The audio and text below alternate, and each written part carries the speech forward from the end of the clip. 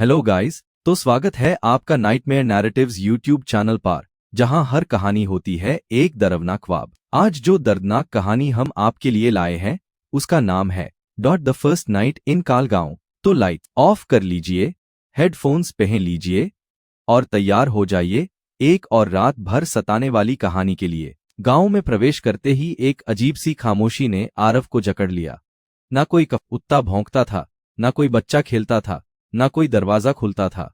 हर घर पर आर्ट के पुराने पर्दे लटके थे, जैसे दशकों से कोई आया ही नहीं।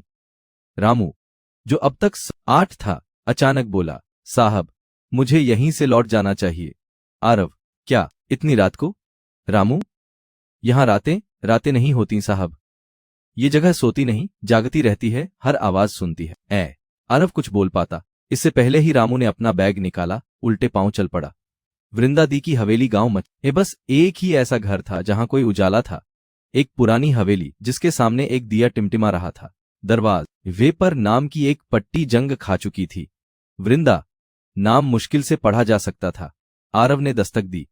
थक थक थक। कुछ देर बाद एक बूढ़ी औरत ने दरवाजा खोला। उसकी आंखें गहरी लेकिन होशमंद थीं। वृंदा दी, तुम वही हो ना जो उन बच्चों की खबर बनाने आया है? आरव हैरान, आपको कैसे पता? वृंदा दी हंसते हुए, वो यहां आता है वो कुछ ढूंढने आता है, लेकिन यहां जो कुछ भी मिलता है वो तुम्हारा नहीं रहता। हवेली अंदर से उतनी ही डरावनी थी जितनी बाहर से। पुराने तस्वीरों से भरी दीवारें, लकड़ी की सीट यहाँ जो हर कदम पर कराहती थीं, और एक कमरा जिसे अंदर से बंद कर रखा गया था।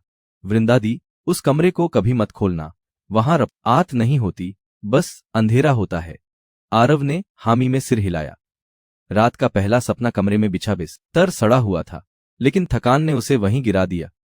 और तभी उसे सपना आया, एक लड़की जिसकी पीठ में कांटे उगा थे, जिसके चेहरे पर छाया थी और जिसकी आंखों में उसकी बहन रिया की परछाई थी। भैया, घर मत लौटना, मैं यहीं हूं, वो चीख पड़ा। घड़ी की सुई और कुछ नहीं बदला। नींद खुली, पर कुछ अजीब था। घड़ी फिर वही 12 बजे दिखा रही थी। फोन अब भी बंद था। बाहर की हवा वैसी ही भारी थी। वो नीचे आया, पर वृंदा दी कहीं नहीं थी। वो बंद कमरा। आरव का एक क्यूरियोसिटी ने जोर मारा। वो उस बंद कमरे की ओर गया। दरवाजा जंग लगा था, लेकिन खुल गया। अंदर सिर्फ एक कुर्सी थी और उस पर बैठा था रामू।